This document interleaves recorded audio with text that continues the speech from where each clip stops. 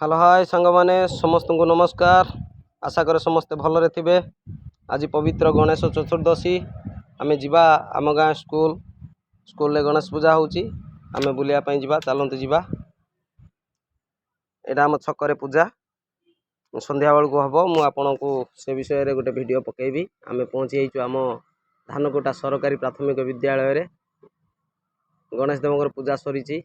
जय गणेश देव। एठी प्रसाद भोग मध्य कटाकुटी चली गाँव में माँ मैंने आसी भोग काटुंट पिला माने खुशी रे एठी बुलुचंदी।